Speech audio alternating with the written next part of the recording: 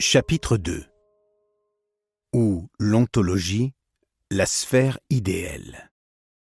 Fragment de Parménide. La vérité bellement circulaire. Parménide, fragment. Si Héraclite invente la dialectique avec son fleuve, Parménide invente l'ontologie avec sa sphère. Le philosophe d'Éphèse estime en effet que tout est flux, comme un cours d'eau dans lequel, de ce fait, on ne saurait se baigner deux fois, puisqu'il est sans cesse autre et jamais même.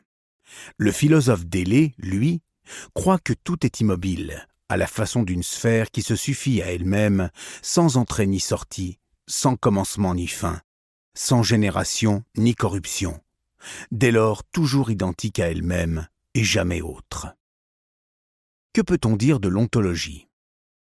Quelle est la discipline qui, dans la philosophie, s'occupe des essences ? Mais, dira-t-on, que sont les essences ? Ce qui reste de l'objet quand on a supprimé l'entièreté de sa matérialité, sa forme, sa couleur, son allure, tout ce qui, de lui, s'avère perceptible par les sens.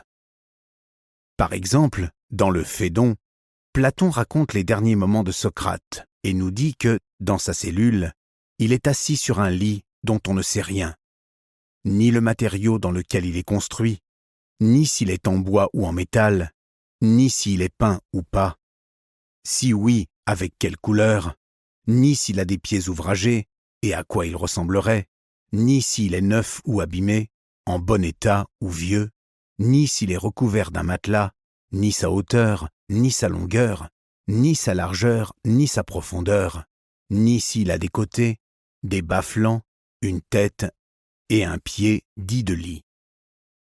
Autrement dit, on ignore toutes ses qualités.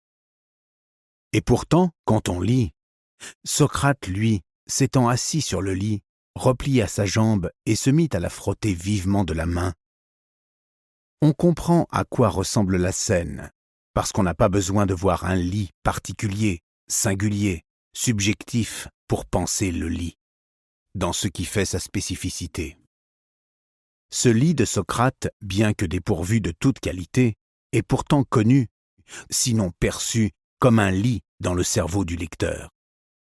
Cette idée de lit, cette essence du lit, cette forme a priori du lit, c'est l'être en tant qu'être du lit. Or, dans sa métaphysique, Aristote définit l'ontologie comme la science de l'être en tant qu'être.